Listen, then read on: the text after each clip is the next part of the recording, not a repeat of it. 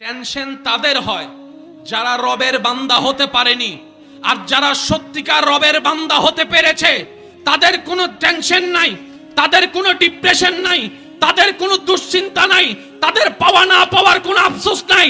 যার জ্বলন্ত বাস্তব প্রমাণ বিশ্ববাসীকে আঙ্গুল দিয়ে দেখাই গেলেন কারবালার ময়দানে ইমাম আলী মাকাম ইমাম হুসাইন রাদিয়াল্লাহু তাআলা চিৎকার দিয়ে বলেন, কষ্ট সহ্য করতে না পারে নিজের হাতে কি মারে। এটা কি বলেন, এটা কি? কেন? আল্লাহ পাক বলে যে সম্পদ তোর নয়, সম্পদ আমার, তোকে আমানত দিয়েছি, আমানত দিয়েছি, মালিক তোকে বানায় নাই, আমানত দিয়েছি ব্যবহার করার জন্য। বলেন না সুবহানাল্লাহ। এবার যে বান্দার মনে চিন্তায় ব্রেইনে সকাল সন্ধ্যায় সবকিছুতে বলে সব আমার আল্লাহর, আর একটু জোরে বলি, এবার বলেন তাদের আর কোনো টেনশন, তাদের আর কোনো দুঃখ, তাদের হারানোর ভয়, পাওয়ার লোভ। এবার এই থিওরি দিয়ে আপনি সমস্ত নবী রাসূলকে দেখেন, সমস্ত সাহাবাকে দেখেন, সমস্ত আহলে বায়াতকে দেখেন, সমস্ত আল্লাহর ওলিদেরকে দেখবেন, দেখবেন একজন শাহজালাল টেনশন, বাবা মারা গেছে, সন্তান শুনে কি পড়বে? ইন্না লিল্লাহি। স্বামীর মৃত্যুতে স্ত্রী, স্ত্রীর মৃত্যুতে স্বামী কি জানি বলে? ইন্না লিল্লাহি। এই একটা আয়াত যদি আমরা বুঝতে পারতাম, জীবনের 85% সমস্যা সমাধান হয়ে যেত।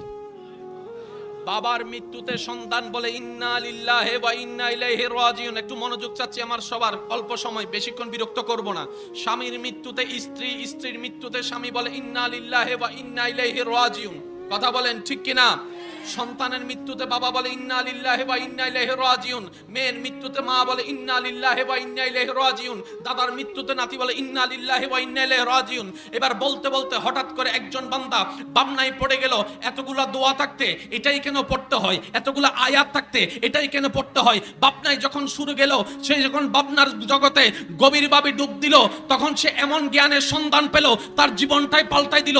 সেটা কি? বাবার মৃত্যুতে সন্তান ব্যতীত হওয়া, এটাই তো স্বাভাবিক। সন্তানের মৃত্যুতে বাবার কান্না করা, এটাই তো স্বাভাবিক। কিন্তু বলছে কি? ইন্না লিল্লাহি, নিশ্চয় মারা যাওয়া বাবাটা আমার নয়, আমার আল্লাহর, আমার আল্লাহর, আমার আল্লাহর। সুবহানাল্লাহ বলেন না? আমার আল্লাহর, আমার হলে আমি কান্না করব। যার টাকা হারাই সে টেনশন করে, অন্যের টাকা হারালে তো আপনি টেনশন করার প্রশ্নই আসে না, কারণ টাকাটা তো আপনার নয়। এবার সন্তানের মৃত্যুতে বাবা বলে ইন্না লিল্লাহি, নিশ্চয় আমার সন্তানটা আমার হওয়ার আগে আমার আল্লাহর হয়েছে, ওয়া ইন্না ইলাইহি রাজিউন। যার সম্পদ তার দিকে ফেরত গিয়েছে, আমার টেনশন করারও দরকার নাই, মন খারাপ করারও দরকার নাই। এবার বলেন সবকিছু কার? আওয়াজটা একদম ছোট করে বলেন, সবকিছু কার? সম্পদ কার? জমিন কার? জ্ঞান কার? দেহ কার? ব্রেন দেওয়া কার? চোখ দিয়েছেন কে? হাত দিয়েছেন কে? তাহলে সব কিছুর মালিক তা আমার আছে, সেটা কি? আল্লাহ সেটা আমাদেরকে আমানত দিয়েছেন। এবার বলেন হাত আমাদের আমানত, হাত আমাদের, শরীর আমাদের, চামড়া আমাদের, চোখ আমাদের, রু আমাদের। সেজন্যই তো নিজের শরীরের উপর আঘাত করা হারাম।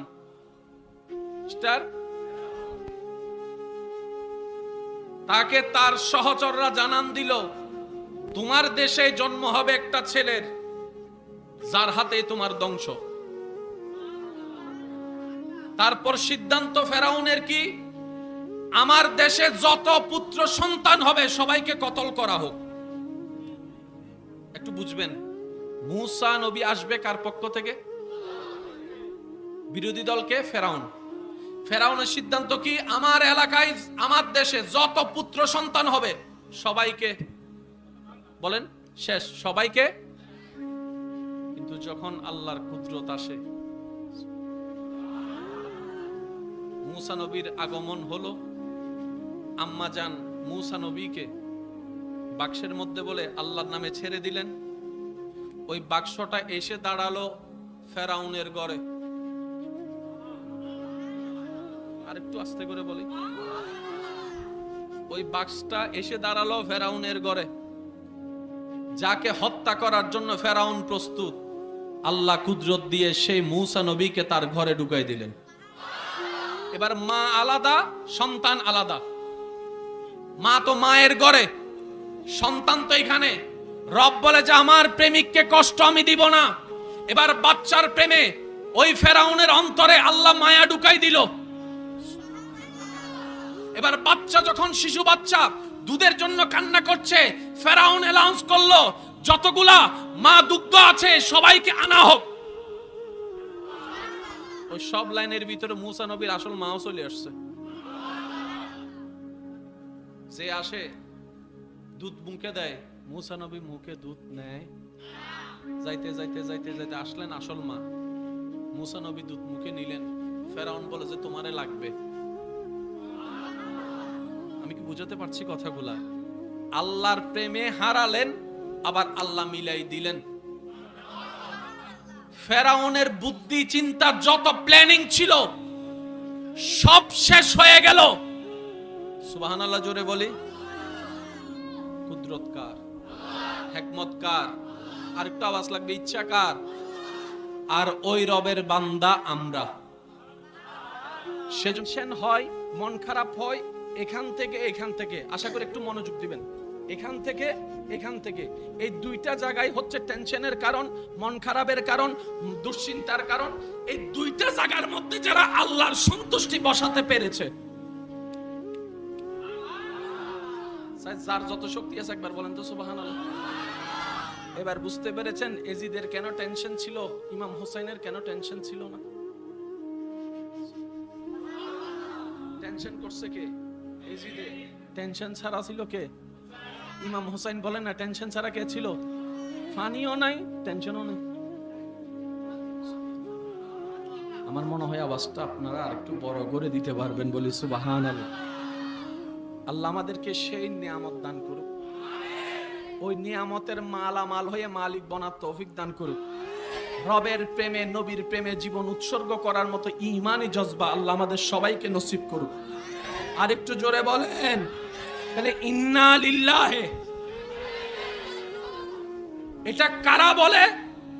আল্লাহ পাক বলে আল্লাযিনা সবারু, যারা সবর করে। আর যারাই সবর করে ইন্নাল্লাহা মা'আস সাবিরিন, আমি রব ওদের সাথেই আছি। তো সবরকারী কি বলে? ইন্না লিল্লাহ বলে। আর সবরকারীর সাথে আমি আল্লাহ আছি। কাল ওই কারবালার ময়দানকে যদি ঠান্ডা মাথায় অ্যানালাইসিস করেন, ইন্না লিল্লাহি ওয়া ইন্না ইলাইহি রাজিউন শোনা গিয়েছে ইমাম হোসেনের কাফেলা থেকে। ইমাম হুসাইন হাসান রাদিয়াল্লাহু তাআলা নবীজি নিজের সন্তান বলতেন। সন্তান বলতেন। আমি সবার একটু মনোযোগ চাচ্ছি। শহীদ এটা এমন একটা মর্তবা, মর্যাদা, এটার ডেফিনিশন দেওয়ার ক্ষমতা কারো নাই।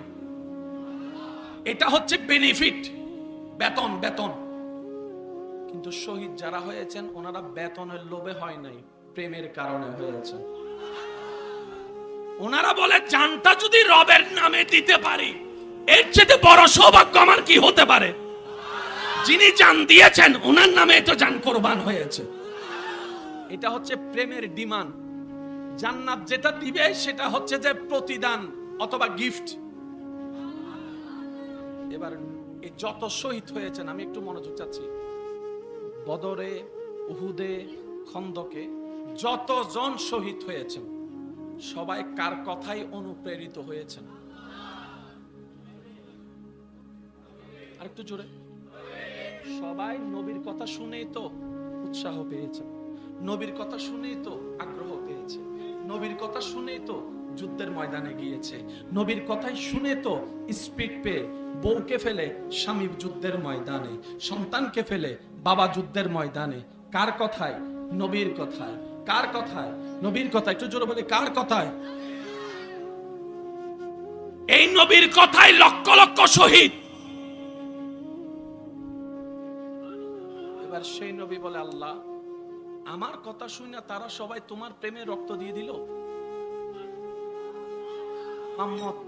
মুহাম্মদ শহীদের কথা বলে সবাইকে মাঠে নামাই দিছে। বলার সুযোগ তো আছে। মুহাম্মদ শহীদের প্রেম বুঝে অন্যের ছেলেদেরকে মাঠে নামাই দিছে, নিজের গুলাকে শহীদ হতে দেয় নাই। অপবাদ একটা দেওয়ার সুযোগ ছিল, আল্লাহ পাক বলে অববাদ দেওয়ার সুযোগ দিব না। নবীর পরিবার থেকে হাসান ও শহীদের দলে, হুসাইন ও শহীদের দলে, আলে মুহাম্মদ অনেকজন শহীদের দলে যোগ দিয়েছেন। সুবহান আল্লাহ।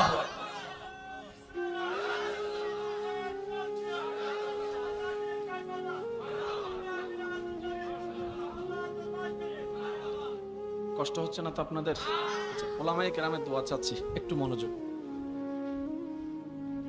পৃথিবীর সবচাইতে নিকৃষ্ট জিনিস, সমস্ত সম্পর্কের মাঝখানে ফাটল আসে, মহাব্বত স্বার্থপর হয়ে যায়, রক্ত বেঈমানি করে, ঠিক না? ইসলামে রাষ্ট্রে এই টাকা কেন্দ্রিক একটা ইবাদত আছে, সেটার নাম যাকাত। নামাজের মধ্যে কোনো টাকা ইনকাম হওয়ার কোনো সুযোগ, রোজার মধ্যে ইনকাম হওয়ার সুযোগ, হজের মধ্যে ইনকাম হওয়ার সুযোগ, দেওয়ার সুযোগ আছে, কিন্তু যাকাতের মধ্যে ইনকাম হওয়ার একটা সুযোগ। এবার উলামায়ে কেরামের দোয়া চাচ্ছি, আল্লাহ ইসলামটাকে কত সুন্দর চমৎকার করে সাজিয়ে দিয়েছেন। যাকাতের ফয়সালা এসে নবী বললেন, উম্মতে রাসূল সামর্থ্যবান হলে যাকাত দিবে,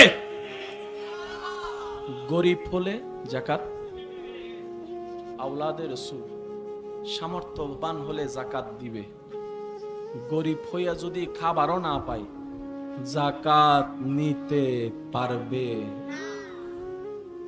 আমি বুঝাইতে পারিনি, মনে ব্যর্থতা আমার, আমি মনে হয় কথাটা আপনাদেরকে বুঝাইতে পারিনি। উম্মতে রাসূল ও নবীর উম্মত, আলে রাসূল ও নবীর উম্মত। এবার নবী যদি বলতেন আমার আওলাদকে যাকাত দিও, যদি সিস্টেম এটা থাকতো, সাধারণ উম্মতে রাসূল যাকাত পাওয়ার তেমন সুযোগ থাকতো না, সবাই আওলাদে রাসূল খুঁজে খুঁজে।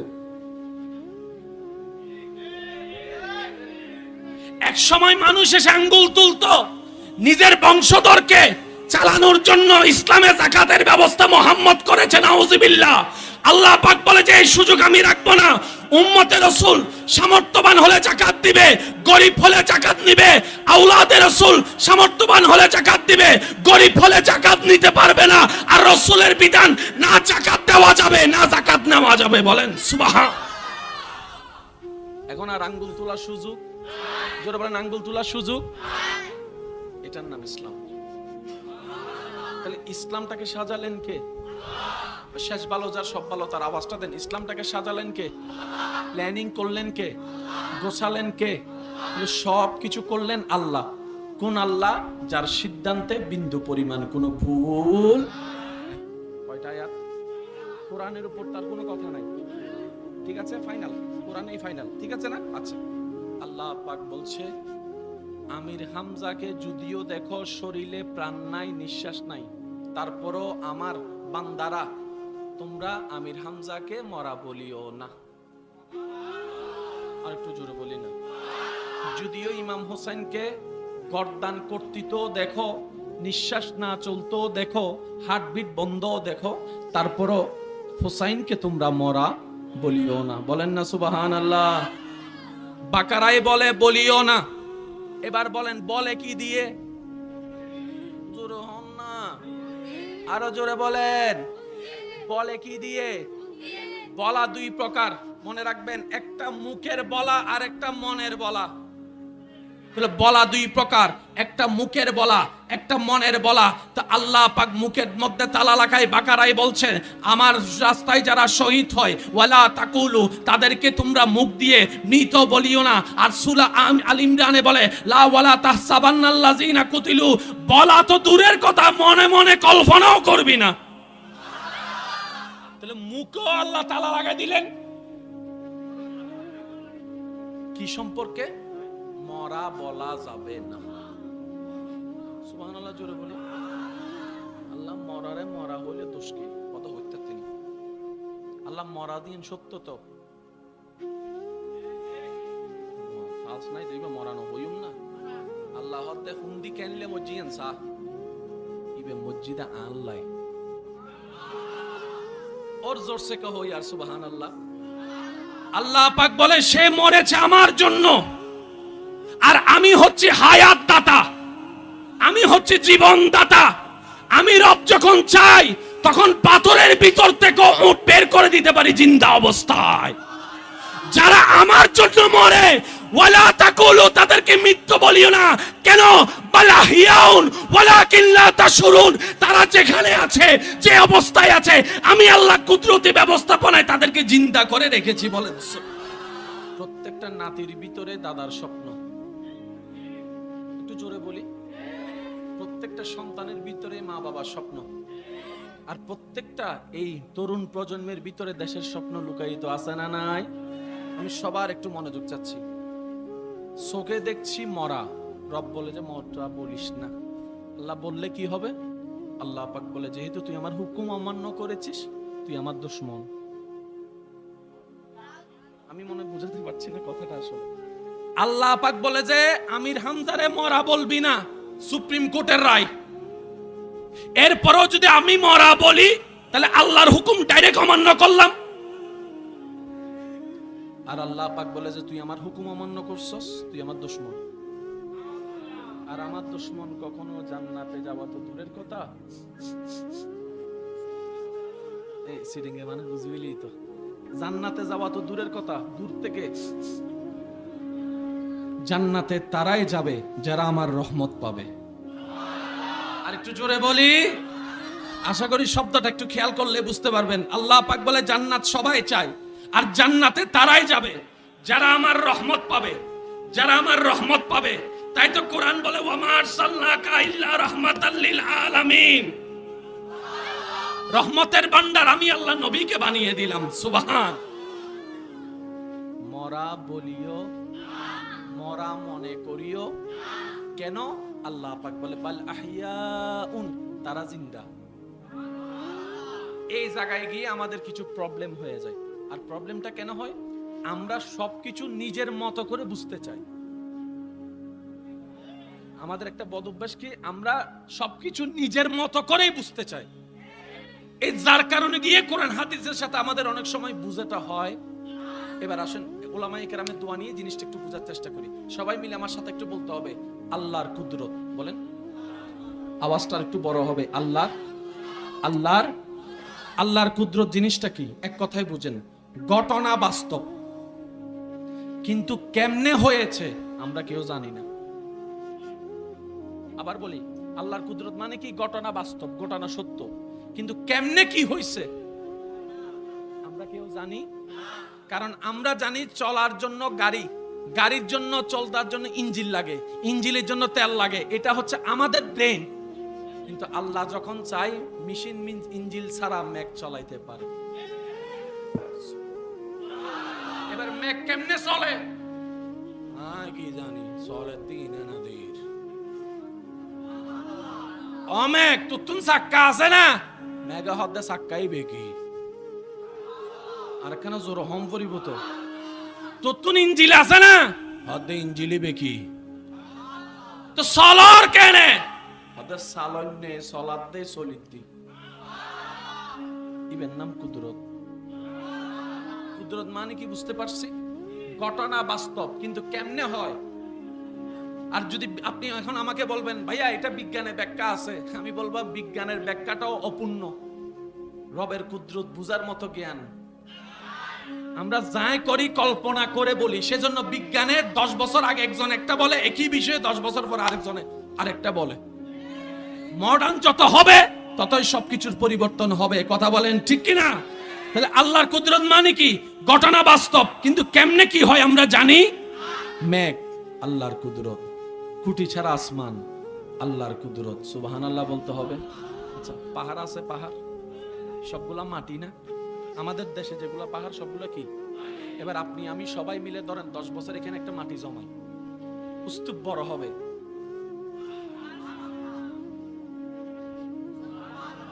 বুঝাতে পারছি কথা? মাটি জমাইতে পারবো। এখানে যদি একটা ঘর বানি, সব মাটি তুলে এক জায়গায় রাখবো না, দেখতে পাহাড়ের মতো লাগবে। পাহাড় আল্লাহর কুদরত, সাগর আল্লাহর কুদরত। সাগরের মধ্যে ডিম আছে না? প্রত্যেকটা ঢেউর মাঝখানে দেখবেন 3 সেকেন্ড 4 সেকেন্ডের একটা বিরতি থাকে।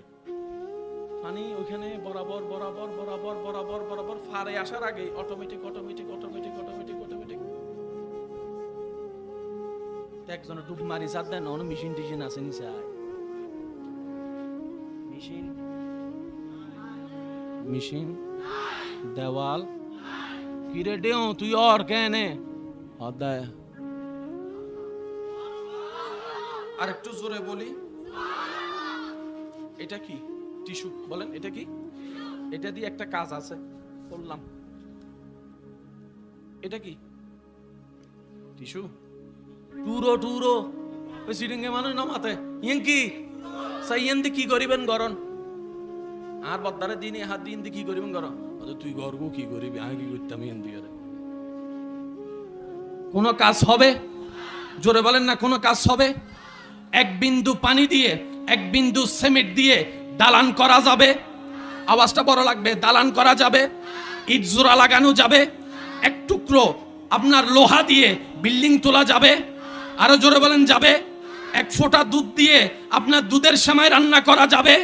অসম্ভব অসম্ভব অসম্ভব। কিন্তু সেই এক ফোঁটার প্রতি যখন রব্বুল আলামিনের নজর পড়ে যায়, খুলিকা মিম্মা ইনদাফিক ইয়াখরুজু মিন বাইনিস সুলবি ওয়াত তারাইব, আমি আমার বাবার থেকে মায়ের পেটে গেলাম এক ফোঁটা পানি হয়ে, আপনি আপনার বাবার থেকে মায়ের পেটে গেলেন এক ফোঁটা পানি থেকে। ওই পানি থেকে আল্লাহ তাআলা আমাদের বডি বানাই দিল। সুবহানাল্লাহ বলতে থাকেন, সুবহানাল্লাহ সুবহানাল্লাহ। ওই এক ফোঁটা পানি থেকে মাথা হয়ে গেল, চোখ হয়ে গেল, নাক হয়ে গেল, জিহ্বা হয়ে গেল, ঠোঁট হয়ে গেল, দাঁত হয়ে গেল, বুক হয়ে গেল, কোমর হয়ে গেল, হাঁটু হয়ে গেল, পা হয়ে গেল। ওই এক ফোঁটা পানি থেকে মানবের পুরো শরীর হয়ে গেল। জগৎ বলে এক ফোঁটা পানি থেকে কিভাবে হয়? রব বলে এটাই তো আমার কুদরত। কুদরত মানে কি? সত্য।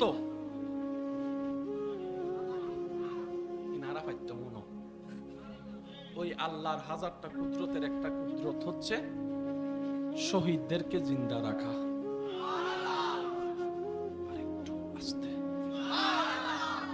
তো এই জায়গায় জিন্দা শব্দটা আমাদের বুঝে আসে না কেন? আমরা জিন্দা মানি মনে করি অক্সিজেন লাগবে তো জিন্দে ওমাইবে গিরে ডরাই গে আয়। আচ্ছা ডরন গোবম মারে দৌড় তো ডর লাগে টিউবা হঠাৎ করে হ্যাঁ দিবি কি আশিটা বেড়াটারে আমুকুর সামনে আল্লাহ কবুল করক। এই সাইডের হানিয়ে না ঠিক আছে ইয়েন বয়রা ফানলা রিকের কি নুন ইদ্দে আল্লাহ হইতে আল্লাহ কবুল করক। সিডেঙ্গের তো আওয়াজ আছে মেজবাইন্য গরু গুস্ত হাইন্য মানুষ না নবা আওয়াজ হবে কি ঠান্ডা হইলে চলিব না। একবার হয়েছে মার হাবা ওই আওয়াজ ছোট গি আর কেন জোর হ মার হাবা। যারা বিয়াতা আসনি তার একবার হন মার হাবা, যারা বিয়াতা আসনি তার একবার হন মার হাবা। আওয়াজ বড়ই বিয়াতাও মাঝখান দিয়ে ঢুকি গিয়ে দিয়া বিয়াতা ইয়ারে সাই বেগুন একবার হন মার হাবা। আর একটু জোরে বলেন মার হাবা। আল্লাহ কবুল করুক। একটু বুঝবেন জিন্দা থাকার জন্য অক্সিজেনের দরকার, নিঃশ্বাস নেওয়ার দরকার। এখন একটা মানুষকে যখন আমরা মাটির মধ্যে কবরে ঢুকাই দিই আমাদের বিবেক বলে হাউ ক্যান পসিবল, কারণ অক্সিজেন তো ঢুকে। এবার একটু জিনিস বুঝেন, মায়ের পেটে কি আমরা ছিলাম না? ভাই বলেন না ছিলাম না? মরা নাকি জিন্দা? জোরে বলি মরা না জিন্দা? নিঃশ্বাস কি নিতে পারছি? নিঃশ্বাস কি নিতে পারছি? কারণ যারা বিবাহিত তারা জানে সন্তান যখন মায়ের পেটে থাকে, আচ্ছা তাহলে শেষ হোক তারপর আবার হইম দেরি।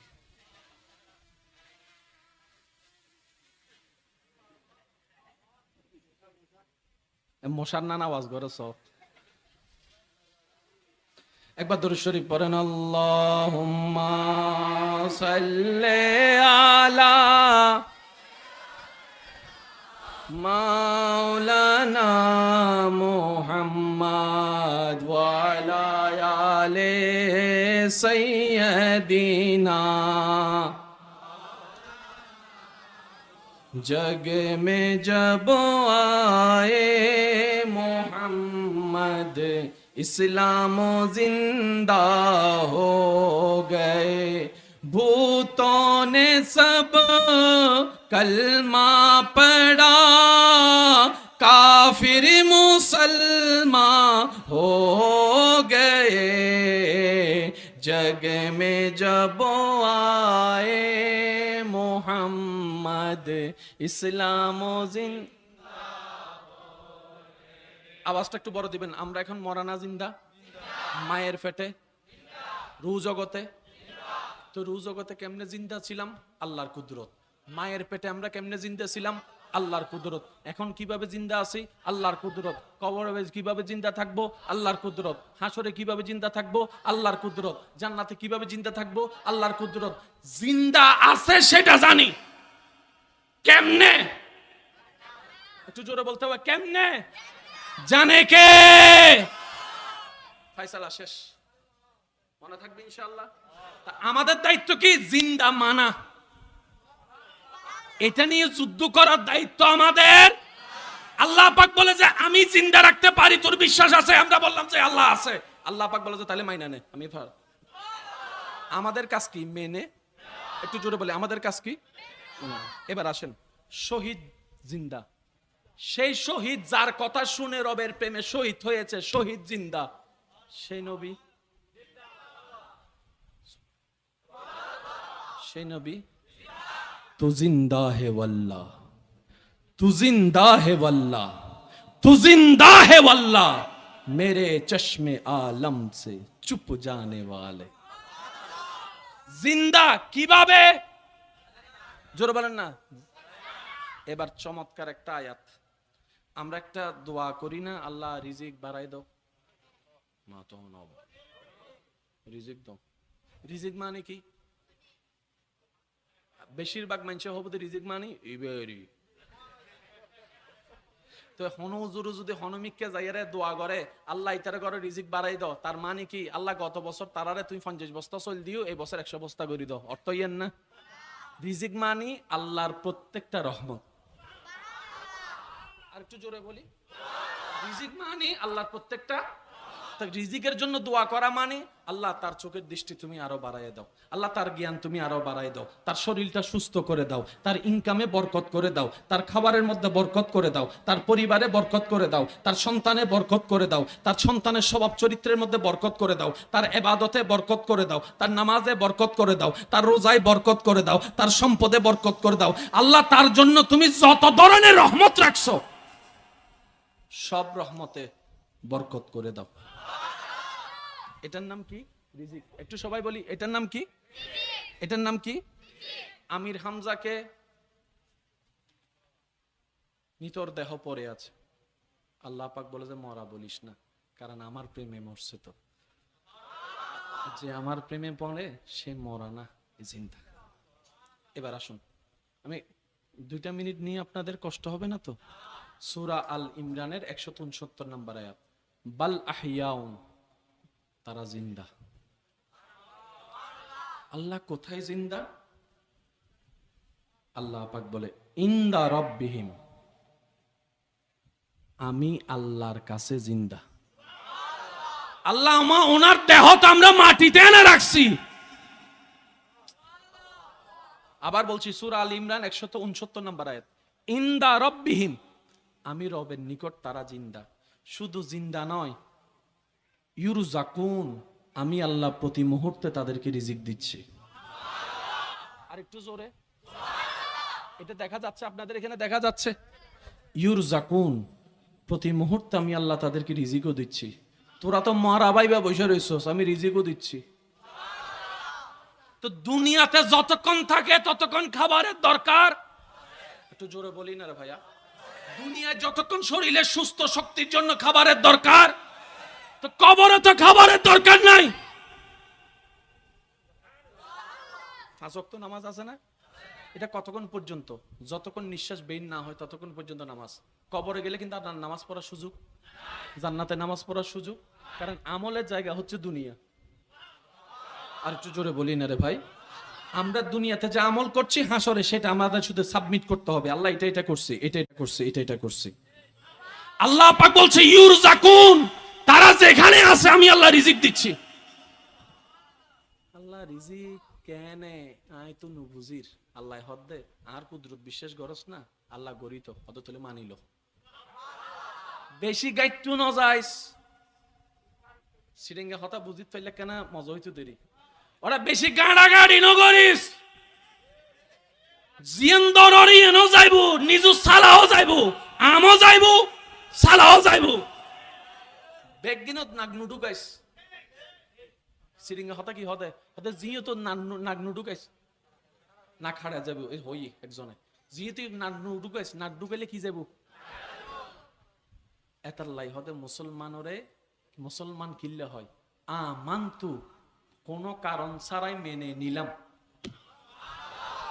মুসলমান কিভাবে হয় ঈমান কিভাবে আমান্তু তার মানে কি কোনো প্রশ্ন নাই দাড়ি নাই কমা নাই আল্লাহ তুমি বলছো নবী বলছে কোনো প্রশ্ন নাই আমান্তু মেনে নিলাম তুমি বলেছো নবী জিবরাইল আছে আমরা আমান্তু মেনে নিলাম সুবহানাল্লাহ একটু বড় আরেকটু জোরে নবী আপনি বলেছেন জিবরাইল আছে না দেখে আমান্তু মেনে নিলাম ইসরাফিল মিকাইল আজরাইলের কথা বলেছেন আমান্তু মেনে নিলাম পুলসিরাতের কথা বলেছেন শুনেছি চুলের চাইতে চিকন কুরের চাইতে দার আমাদের পা কিভাবে পুলসিরাতে ডাকবে ব্রেন বলে অসম্ভব কিন্তু মুসলমান আমরা আমান্তু মেনে নিলাম আরেকটু জোরে বলি টেনশন তাদের হয় যারা রবের বান্দা হতে পারেনি আর যারা সত্যিকার রবের বান্দা হতে পেরেছে তাদের কোনো টেনশন নাই তাদের কোনো ডিপ্রেশন নাই তাদের কোনো দুশ্চিন্তা নাই তাদের পাওয়া না পাওয়ার কোনো আফসোস নাই যার জ্বলন্ত বাস্তব প্রমাণ বিশ্ববাসীকে আঙ্গুল দিয়ে দেখাই গেলেন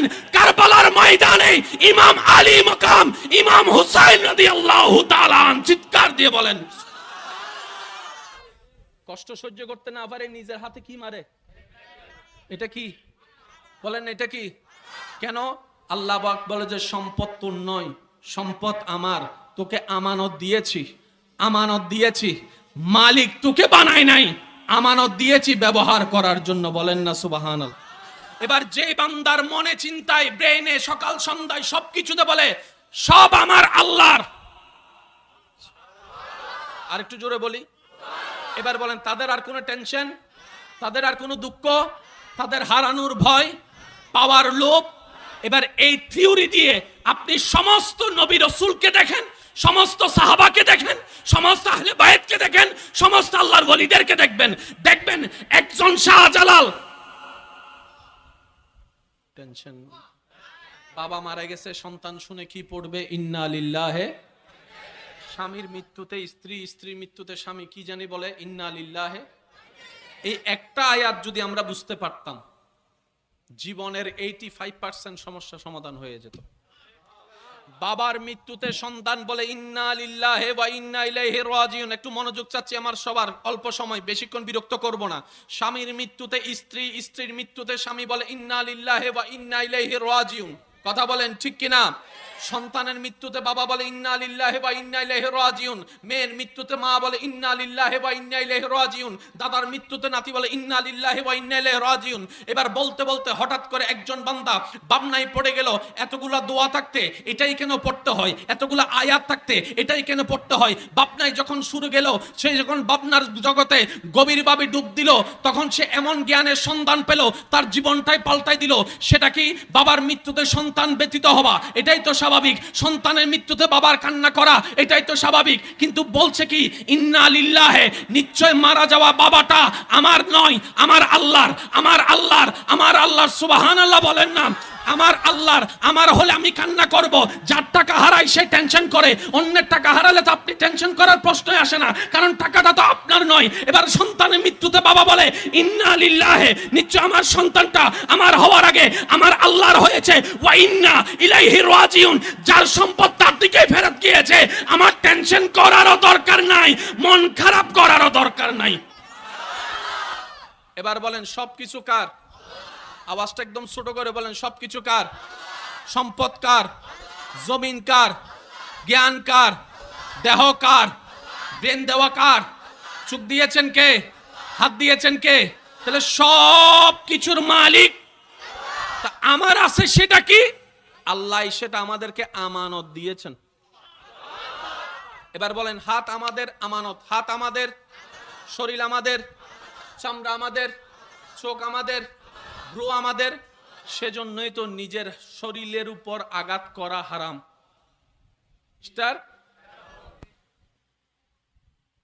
তাকে তার সহচররা জানান দিল, তোমার দেশে জন্ম হবে একটা ছেলের, যার হাতে তোমার ধ্বংস। তারপর সিদ্ধান্ত ফেরাউনের কি, আমার দেশে যত পুত্র সন্তান হবে সবাইকে কতল করা হোক। একটু বুঝবেন, মূসা নবী আসবে কার পক্ষ থেকে? বিরোধী দলকে ফেরাউন। ফেরাউনের সিদ্ধান্ত কি, আমার এলাকায় আমার দেশে যত পুত্র সন্তান হবে সবাইকে বলেন শেষ, সবাইকে। কিন্তু যখন আল্লাহর কুদরত আসে, মূসা নবীর আগমন হলো, আম্মা জান মূসা নবীকে বাক্সের মধ্যে বলে আল্লাহর নামে ছেড়ে দিলেন। ওই বাক্সটা এসে দাঁড়ালো ফেরাউনের ঘরে। আরেকটু আস্তে করে বলি, ওই বাক্সটা এসে দাঁড়ালো ফেরাউনের ঘরে। যাকে হত্যা করার জন্য ফেরাউন প্রস্তুত, আল্লাহ কুদরত দিয়ে সেই মূসা নবীকে তার ঘরে ঢুকাই দিলেন। এবার মা আলাদা, সন্তান আলাদা। মা তো মায়ের ঘরে, সন্তান তো এখানে। রব বলে যে আমার প্রেমিককে কষ্ট আমি দিব না।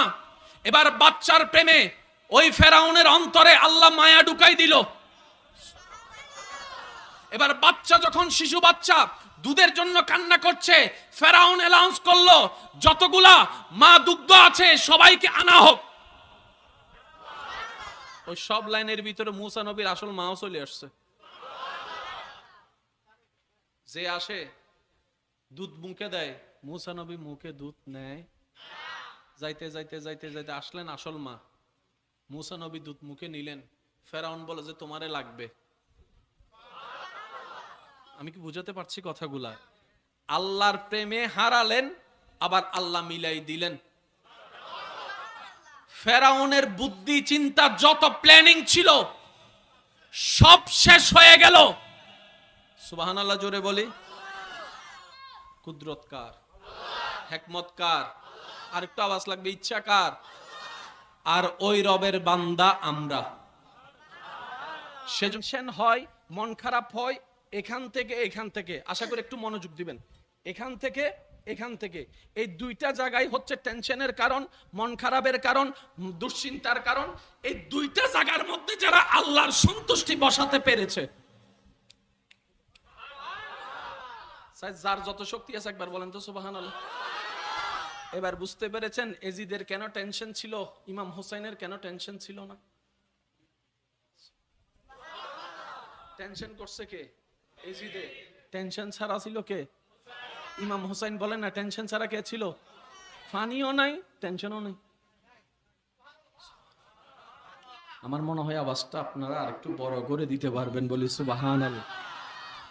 আল্লাহ আমাদেরকে সেই নিয়ামত দান করুক, ওই নিয়ামতের মালামাল হয়ে মালিক বনার তৌফিক দান করুক। রবের প্রেমে, নবীর প্রেমে জীবন উৎসর্গ করার মতো ঈমানি জজবা আল্লাহ আমাদের সবাইকে নসিব করুক। আর একটু জোরে বলেন তাহলে ইন্না লিল্লাহি। এটা কারা বলে? আল্লাহ পাক বলে আল্লাযিনা সবারু, যারা সবর করে। আর যারাই সবর করে ইন্নাল্লাহা মা'আস সাবিরিন, আমি রব ওদের সাথেই আছি। তো সবরকারী কি বলে?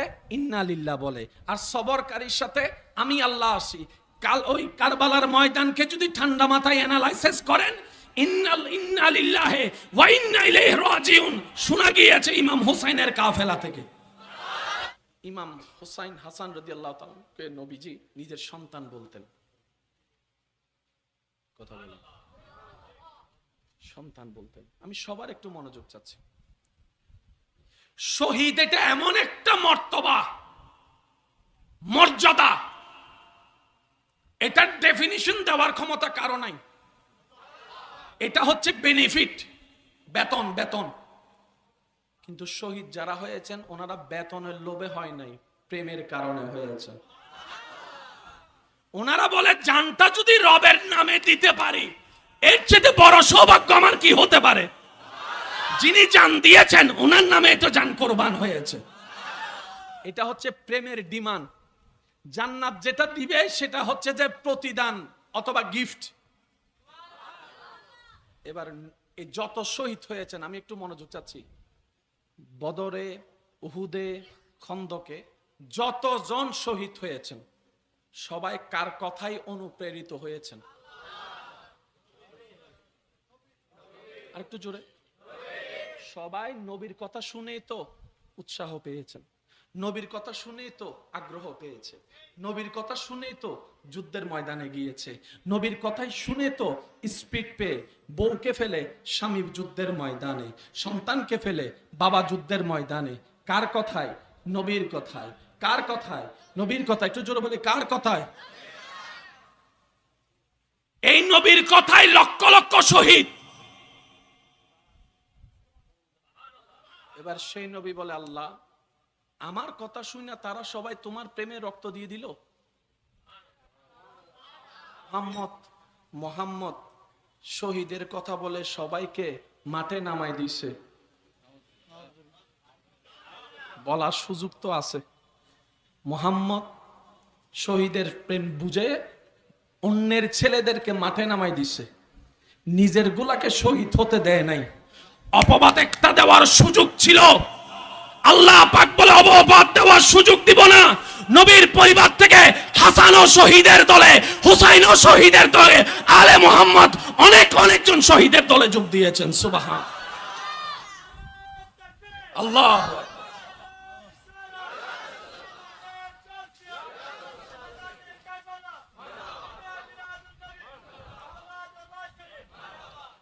কষ্ট হচ্ছে না তো আপনাদের? আচ্ছা, ওলামায়ে কেরামের দোয়া চাচ্ছি, একটু মনোযোগ।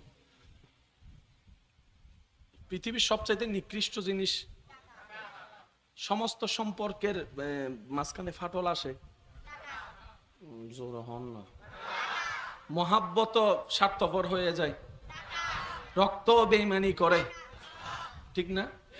ইসলামে রাষ্ট্রে এই টাকা কেন্দ্রিক একটা ইবাদত আছে, সেটার নাম যাকাত। নামাজের মধ্যে কোনো টাকা ইনকাম হওয়ার কোনো সুযোগ, রোজার মধ্যে ইনকাম হওয়ার সুযোগ, হজের মধ্যে ইনকাম হওয়ার সুযোগ, দেওয়ার সুযোগ আছে, কিন্তু যাকাতের মধ্যে ইনকাম হওয়ার একটা সুযোগ। এবার উলামায়ে কেরামের দোয়া চাচ্ছি, আল্লাহ ইসলামটাকে কত সুন্দর চমৎকার করে সাজিয়ে দিয়েছেন। যাকাতের ফয়সালায় এসে নবী বললেন, উম্মতে রাসূল সামর্থ্যবান হলে যাকাত দিবে, গরিব হলে যাকাত। আওলাদে রাসূল সামর্থ্যবান হলে যাকাত দিবে, গরিব হইয়া যদি খাবারও না পায় যাকাত নিতে পারবে। আমি বুঝাইতে পারিনি, মনে ব্যর্থতা আমার, আমি মনে হয় কথাটা আপনাদেরকে বুঝাইতে পারিনি। উম্মতে রাসূল ও নবীর উম্মত, আলে রাসূল ও নবীর উম্মত। এবার নবী যদি বলতেন আমার আওলাদকে যাকাত দিও, যদি সিস্টেম এটা থাকতো, সাধারণ উম্মতে রাসূল যাকাত পাওয়ার তেমন সুযোগ থাকতো না, সবাই আওলাদে রাসূল খুঁজে খুঁজে। এক সময় মানুষ এসে আঙ্গুল তুলতো নিজের বংশধরকে চালানোর জন্য। ইসলামে যাকাতের ব্যবস্থা মুহাম্মদ করেছেন, নাউযুবিল্লাহ। আল্লাহ পাক বলে যে এই সুযোগ আমি রাখবো না। উম্মতে রাসূল সামর্থ্যবান হলে যাকাত দিবে, গরিব হলে যাকাত নিবে। আওলাদে রাসূল সামর্থ্যবান হলে যাকাত দিবে, গরিব হলে যাকাত নিতে পারবে না। আর রাসূলের বিধান, না যাকাত দেওয়া যাবে না যাকাত নেওয়া যাবে। বলেন সুবহান। এখন আর আঙ্গুল তোলার সুযোগ, জোরে বলেন আঙ্গুল তোলার সুযোগ, এটার নাম ইসলাম। তাহলে ইসলামটাকে সাজালেন কে? শেষ ভালো যার সব ভালো তার, আওয়াজটা দেন। ইসলামটাকে সাজালেন কে? প্ল্যানিং করলেন কে? গোছালেন কে? সব কিছু করলেন আল্লাহ। কোন আল্লাহ? যার সিদ্ধান্তে বিন্দু পরিমাণ কোনো ভুল। কয়টা আয়াত? কোরআনের উপর তার কোনো কথা নাই, ঠিক আছে? ফাইনাল, কোরআনেই ফাইনাল, ঠিক আছে না? আচ্ছা, আল্লাহ পাক বলছে, আমির হামজাকে যদিও দেখো শরীরে প্রাণ নাই, নিঃশ্বাস নাই, তারপরও আমার বান্দারা তোমরা আমির হামজাকে মরা বলিও না। আর একটু জোরে বলি না। যদিও ইমাম হোসেনকে গর্দান কর্তৃত দেখো, নিঃশ্বাস না চলতো দেখো, হার্টবিট বন্ধ দেখো, তারপরও হোসাইনকে তোমরা মরা বলিও না। বলেন না সুবহানাল্লাহ। বাকারায় বলে বলিও না। এবার বলেন বলে কি দিয়ে? জোরে হন না, আরো জোরে বলেন। বলে কি দিয়ে? বলা দুই প্রকার, মনে রাখবেন, একটা মুখের বলা আর একটা মনের বলা। বলা দুই প্রকার, একটা মুখের বলা, একটা মনের বলা। তো আল্লাহ পাক মুখের মধ্যে তালা লাগায় বাকারায় বলছেন, আমার রাস্তায় যারা শহীদ হয় ওয়ালা তাকুলু, তাদেরকে তোমরা মুখ দিয়ে মৃত বলিও না। আর সূরা আল ইমরানে বলে লা ওয়ালা তাহসাবান্নাল্লাযিনা কুতিলু, বলা তো দূরের কথা, মনে মনে কল্পনাও করবি না। তাহলে মুখও আল্লাহ তালা লাগাই দিলেন কি সম্পর্কে? মরা বলা যাবে না। সুবহানাল্লাহ জোরে বলি। আল্লাহ মরারে মরা হইলে দোষ কি? কত হইতা তিনি আল্লাহ মরা দিন সত্য তো ফালস নাই দইবা মরানো হইম না। আল্লাহ দে হুন্দি কেনলে মসজিদ সা ইবে মসজিদে আল্লাহ ওর জোর সে কহো ইয়ার সুবহানাল্লাহ। আল্লাহ পাক বলে সে মরেছে আমার জন্য, আর আমি হচ্ছি হায়াত দাতা, আমি হচ্ছি জীবন দাতা। আমি রব যখন চাই তখন পাথরের ভিতর থেকে উট বের করে দিতে পারি জিন্দা অবস্থায়। যারা আমার জন্য মরে ওয়ালা তাকুলু, তাদেরকে মৃত্যু বলিও না। কেন? বালা হিয়াউন ওয়ালাকিন লা তাশউরুন, তারা যেখানে আছে, যে অবস্থায় আছে, আমি আল্লাহ কুদরতি ব্যবস্থাপনায় তাদেরকে জিন্দা করে রেখেছি। বলেন প্রত্যেকটা নাতির ভিতরে দাদার স্বপ্ন। একটু জোরে বলি। প্রত্যেকটা সন্তানের ভিতরে মা বাবার স্বপ্ন, আর প্রত্যেকটা এই তরুণ প্রজন্মের ভিতরে দেশের স্বপ্ন লুকায়িত আছে না নাই? আমি সবার একটু মনোযোগ চাচ্ছি। চোখে দেখছি মরা, রব বলে যে মরা বলিস না। আল্লাহ বললে কি হবে? আল্লাহ পাক বলে যেহেতু তুই আমার হুকুম অমান্য করেছিস, তুই আমার দুশমন। আমি মনে বুঝাতে পারছি না কথাটা আসলে। আল্লাহ পাক বলে যে আমির হামজারে মরা বলবি না, সুপ্রিম কোর্টের রায়। এরপরও যদি আমি মরা বলি তাহলে আল্লাহর হুকুম ডাইরেক্ট অমান্য করলাম। আর আল্লাহ পাক বলে যে তুই আমার হুকুম অমান্য করছস, তুই আমার দুশমন। আর আমার দুশমন কখনো জান্নাতে যাওয়া তো দূরের কথা, এই সিডিংয়ে মানুষ বুঝবিলি তো, জান্নাতে যাওয়া তো দূরের কথা, দূর থেকে জান্নাতে তারাই যাবে যারা আমার রহমত পাবে। আর একটু জোরে বলি, আশা করি শব্দটা একটু খেয়াল করলে বুঝতে পারবেন। আল্লাহ পাক বলে জান্নাত সবাই চায়, আর জান্নাতে তারাই যাবে যারা আমার রহমত পাবে, যারা আমার রহমত পাবে। তাই তো কোরআন বলে ওয়ামা আরসালনাকা ইল্লা রাহমাতাল লিল আলামিন, রহমতের ভান্ডার আমি আল্লাহ নবীকে বানিয়ে দিলাম। সুবহান। মরা বলিও, মরা মনে করিও। কেন? আল্লাহ পাক বলে বাল আহিয়াউন, তারা জিন্দা। এই জায়গায় গিয়ে আমাদের কিছু প্রবলেম হয়ে যায়। আর প্রবলেমটা কেন হয়? আমরা সবকিছু নিজের মতো করে বুঝতে চাই। আমাদের একটা বদ অভ্যাস কি, আমরা সবকিছু নিজের মতো করেই বুঝতে চাই। এই যার কারণে গিয়ে কোরআন হাদিসের সাথে আমাদের অনেক সময় বুঝাটা হয়। এবার আসেন উলামায়ে কেরামের দোয়া নিয়ে জিনিসটা একটু বোঝার চেষ্টা করি। সবাই মিলে আমার সাথে একটু বলতে হবে আল্লাহর কুদরত। বলেন, আওয়াজটা একটু বড় হবে। আল্লাহর কুদরত জিনিসটা কি? এক কথায় বুঝেন, ঘটনা বাস্তব, কিন্তু কেমনে হয়েছে আমরা কেউ জানি না। আবার বলি, আল্লাহর কুদরত মানে কি? ঘটনা বাস্তব, ঘটনা সত্য, কিন্তু কেমনে কি হয়েছে আমরা কেউ জানি না। কারণ আমরা জানি চলার জন্য গাড়ি, গাড়ির জন্য চলতার জন্য ইঞ্জিন লাগে, ইঞ্জিনের জন্য তেল লাগে, এটা হচ্ছে আমাদের ব্রেন। কিন্তু আল্লাহ যখন চাই মেশিন ইঞ্জিন ছাড়া ম্যাক চলাইতে পারে। এবার ম্যাক কেমনে চলে? কি জানি, চলের দিন না দের অমেক তুতুন সাক্কা আছে না, মেগা হদ্দে সাক্কাই বেকি। আর কেন জোর হম পরিব তো তুতুন ইঞ্জিল আছে না, হদে ইঞ্জিলি বেকি তো সলার কেনে হদে সালন্নে সলাদ দে সলিদ্দি ইবেন নাম কুদরত। কুদরত মানে কি বুঝতে পারছি? ঘটনা বাস্তব, কিন্তু কেমনে হয়? আর যদি আপনি এখন আমাকে বলবেন ভাইয়া এটা বিজ্ঞানের ব্যাখ্যা আছে, আমি বলবো বিজ্ঞানের ব্যাখ্যাটাও অপূর্ণ। রবের কুদরত বুঝার মতো জ্ঞান আমরা যাই করি কল্পনা করে বলি। সেজন্য বিজ্ঞানের 10 বছর আগে একজন একটা বলে, একই বিষয়ে 10 বছর পর আরেকজনে আরেকটা বলে। মডার্ন যত হবে ততই সবকিছুর পরিবর্তন হবে। কথা বলেন ঠিক কিনা? তাহলে আল্লাহর কুদরত মানে কি? ঘটনা বাস্তব, কিন্তু কেমনে কি হয় আমরা জানি। মেঘ আল্লাহর কুদরত, কুটি ছাড়া আসমান আল্লাহর কুদরত। সুবহানাল্লাহ বলতে হবে। আচ্ছা, পাহাড় আছে, পাহাড় সবগুলা মাটি না? আমাদের দেশে যেগুলা পাহাড় সবগুলা কি? এবার আপনি আমি সবাই মিলে ধরেন 10 বছর এখানে একটা মাটি জমাই, উস্তুপ বড় হবে।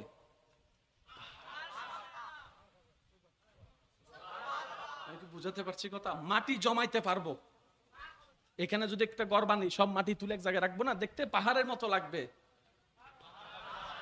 পাহাড় আল্লাহর কুদরত, সাগর আল্লাহর কুদরত। সাগরের মধ্যে ঢেউ আছে না? প্রত্যেকটা ঢেউর মাঝখানে দেখবেন 3 সেকেন্ড 4 সেকেন্ডের একটা বিরতি থাকে। পানি ওইখানে বরাবর বরাবর বরাবর বরাবর বরাবর ফারে আসার আগে automatic automatic automatic automatic automatic একজন ডুব মারি সাদ দেয় না, মেশিন টিশিন আছে নিচে আয় মেশিন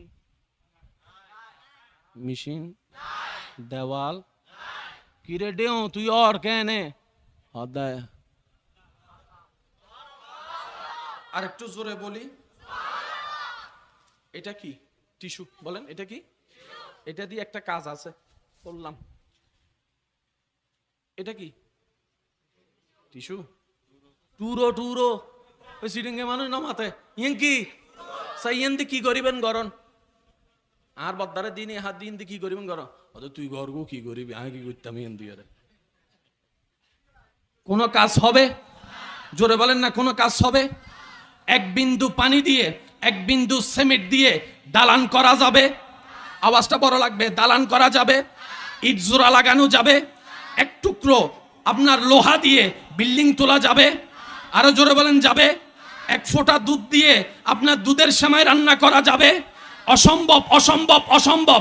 কিন্তু সেই এক ফোঁটার প্রতি যখন রব্বুল আলামিনের নজর পড়ে যায়, খুলিকা মিম্মা ইন দাফিক ইয়াখরুজু মিন বাইনিস সুলবি ওয়াত তারাইব, আমি আমার বাবার থেকে মায়ের পেটে গেলাম এক ফোঁটা পানি হয়ে, আপনি আপনার বাবার থেকে মায়ের পেটে গেলেন এক ফোঁটা পানি থেকে।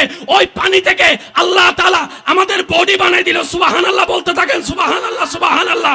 ওই এক ফোঁটা পানি থেকে মাথা হয়ে গেল, চোখ হয়ে গেল, নাক হয়ে গেল, জিহ্বা হয়ে গেল, ঠোঁট হয়ে গেল, দাঁত হয়ে গেল, বুক হয়ে গেল, কোমর হয়ে গেল, হাঁটু হয়ে গেল, পা হয়ে গেল। ওই এক ফোঁটা পানি থেকে মানবের পুরো শরীর হয়ে গেল। জগৎ বলে এক ফোঁটা পানি থেকে কিভাবে হয়? রব বলে এটাই তো আমার কুদরত। কুদরত মানে কি? সত্য।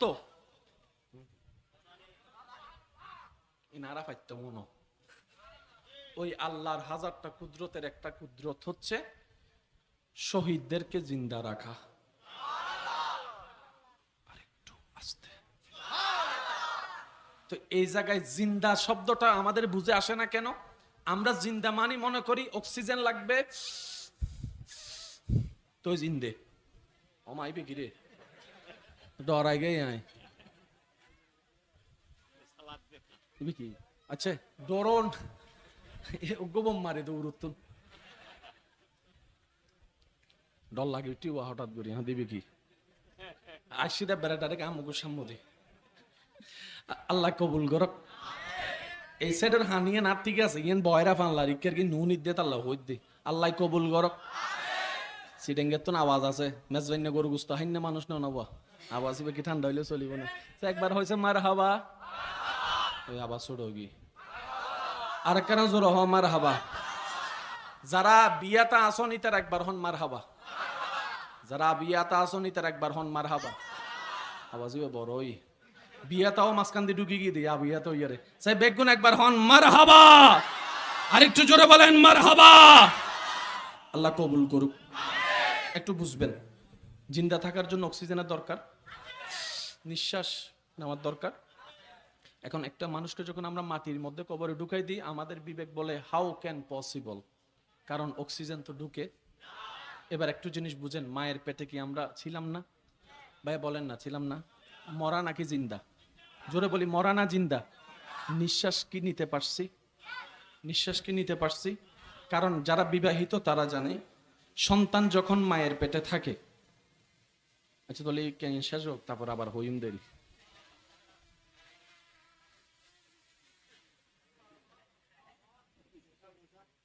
মশার নান আওয়াজ করে সব। একবার দরুদ শরীফ পড়েন, আল্লাহুম্মা সাল্লি আলা মাওলানা মুহাম্মদ ওয়া আলা আলি সাইয়্যিদিনা।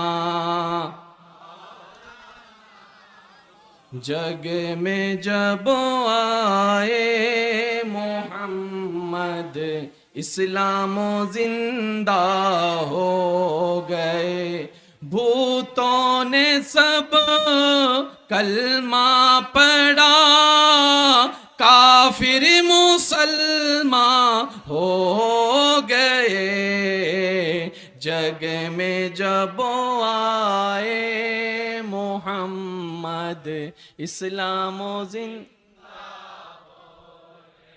আওয়াজটা একটু বড় দিবেন। আমরা এখন মরানা জিন্দা? মায়ের পেটে, রু জগতে। তো রু জগতে কেমনে জিন্দা ছিলাম? আল্লাহর কুদরত। মায়ের পেটে আমরা কেমনে জিন্দা ছিলাম? আল্লাহর কুদরত। এখন কিভাবে জিন্দা আছি? আল্লাহর কুদরত। কবরে কিভাবে জিন্দা থাকবো? আল্লাহর কুদরত। হাসরে কিভাবে জিন্দা থাকবো? আল্লাহর কুদরত। জান্নাতে কিভাবে জিন্দা থাকবো? আল্লাহর কুদরত। জিন্দা আছে সেটা জানি, কেমনে? একটু জোরে বলতে হবে, কেমনে? জানে কে? ফায়সালা শেষ, মনে থাকবে ইনশাআল্লাহ। আমাদের দায়িত্ব কি? জিন্দা মানা। এটা নিয়ে যুদ্ধ করার দায়িত্ব আমাদের। আল্লাহ পাক বলে যে আমি জিন্দা রাখতে পারি, তোর বিশ্বাস আছে? আমরা বললাম যে আল্লাহ আছে। আল্লাহ পাক বলে যে তাহলে মাইনা নে। আমি আমাদের কাজ কি? মেনে। একটু জোরে বলে, আমাদের কাজ কি? এবার আসেন, শহীদ জিন্দা। সেই শহীদ যার কথা শুনে রবের প্রেমে শহীদ হয়েছে, শহীদ জিন্দা, সেই নবী। সেই নবী তু জিন্দা হে ওয়াল্লাহ, তু জিন্দা হে ওয়াল্লাহ, তু জিন্দা হে ওয়াল্লাহ, মেরে চশমে আলম সে চুপ জানে ওয়ালে। জিন্দা কিভাবে? জোরে বলেন না। এবার চমৎকার একটা আয়াত। আমরা একটা দোয়া করি না, আল্লাহ রিজিক বাড়াই দাও, মা তো নব রিজিক দাও। রিজিক মানে কি? বেশিরভাগ মানুষের হবতে রিজিক মানে ইবেরি। তো হনুজুরু যদি হনুমিককে যাইয়ারে দোয়া করে আল্লাহ ইতারে করে রিজিক বাড়াই দাও, তার মানে কি? আল্লাহ গত বছর তারারে তুমি 50 বস্তা চল দিও, এই বছর 100 বস্তা করে দাও। অর্থ ইয়েন না? রিজিক মানে আল্লাহর প্রত্যেকটা রহমত। আর একটু জোরে বলি, রিজিক মানে আল্লাহর প্রত্যেকটা। রিজিকের জন্য দোয়া করা মানে আল্লাহ তার চোখের দৃষ্টি তুমি আরো বাড়ায় দাও, আল্লাহ তার জ্ঞান তুমি আরো বাড়ায় দাও, তার শরীরটা সুস্থ করে দাও, তার ইনকামে বরকত করে দাও, তার খাবারের মধ্যে বরকত করে দাও, তার পরিবারে বরকত করে দাও, তার সন্তানে বরকত করে দাও, তার সন্তানের স্বভাব চরিত্রের মধ্যে বরকত করে দাও, তার ইবাদতে বরকত করে দাও, তার নামাজে বরকত করে দাও, তার রোজায় বরকত করে দাও, তার সম্পদে বরকত করে দাও। আল্লাহ তার জন্য তুমি যত ধরনের রহমত রাখছো সব রহমতে বরকত করে দাও। এটার নাম কি? রিজিক। একটু সবাই বলি, এটার নাম কি? এটার নাম কি? আমির হামজাকে নিতর দেহ পড়ে আছে, আল্লাহ পাক বলে যে মরা বলিস না, কারণ আমার প্রেমে মরছে। তো যে আমার প্রেমে পড়ে সে মরা না, জিন্দা। এবার আসুন, আমি 2 মিনিট নিয়ে আপনাদের কষ্ট হবে না তো? সূরা আল ইমরানের 169 নম্বর আয়াত, বাল আহইয়াউন, তারা জিন্দা। আল্লাহ কোথায় জিন্দা? আল্লাহ পাক বলে ইনদা রাব্বিহিম, আমি আল্লাহর কাছে জিন্দা। আল্লাহ ওনার দেহ তো আমরা মাটিতে এনে রাখছি। আবার বলছি সূরা আল ইমরান 169 নম্বর আয়াত, ইনদা রব্বিহিম, আমি রবের নিকট তারা জিন্দা। শুধু জিন্দা নয়, ইউরজাকুন, আমি আল্লাহ প্রতি মুহূর্তে তাদেরকে রিজিক দিচ্ছি। আর একটু জোরে, এটা দেখা যাচ্ছে আপনাদের এখানে দেখা যাচ্ছে? ইউরজাকুন, প্রতি মুহূর্তে আমি আল্লাহ তাদেরকে রিজিকও দিচ্ছি। তোরা তো মারা বাইবা বসে রইছস, আমি রিজিকও দিচ্ছি। তো দুনিয়াতে যতক্ষণ থাকে ততক্ষণ খাবারের দরকার। একটু জোরে বলি না রে ভাইয়া, দুনিয়ায় যতক্ষণ শরীরে সুস্থ শক্তির জন্য খাবারের দরকার, তো কবরে তো খাবারের দরকার নাই। 5 ওয়াক্ত নামাজ আছে না, এটা কতক্ষণ পর্যন্ত? যতক্ষণ নিঃশ্বাস বের না হয় ততক্ষণ পর্যন্ত নামাজ। কবরে গেলে কিন্তু আর নামাজ পড়ার সুযোগ, জান্নাতে নামাজ পড়ার সুযোগ, কারণ আমলের জায়গা হচ্ছে দুনিয়া। আর একটু জোরে বলি না রে ভাই, আমরা দুনিয়াতে যে আমল করছি হাসরে সেটা আমাদের শুধু সাবমিট করতে হবে, আল্লাহ এটা এটা করছি, এটা এটা করছি, এটা এটা করছি। আল্লাহ পাক বলছে ইউরজাকুন, তারা যেখানে আছে আমি আল্লাহ রিজিক দিচ্ছি। আল্লাহ রিজিক কেনে আই তো নুবুজির, আল্লাহ হদ্দে আর কুদরত বিশ্বাস গরস না, আল্লাহ গরিত হদ তুলে মানিল। বেশি গাইটু ন যাইস সিরিঙ্গা হতা বুঝিত পাইলে কেন মজা হইতো দেরি। ওরা বেশি গাড়া গাড়ি ন করিস, জিয়ান্দররি এনো যাইবো, নিজু সালাও যাইবো, আমও যাইবো, সালাও যাইবো। বেগদিনত নাগনু ঢুকাইস সিরিঙ্গা হতা কি হদে হদে জিও তো নাগনু ঢুকাইস না খাড়া যাবে ওই হই একজনে জিও তুই নাগনু ঢুকাইস, নাক ঢুকাইলে কি যাবো?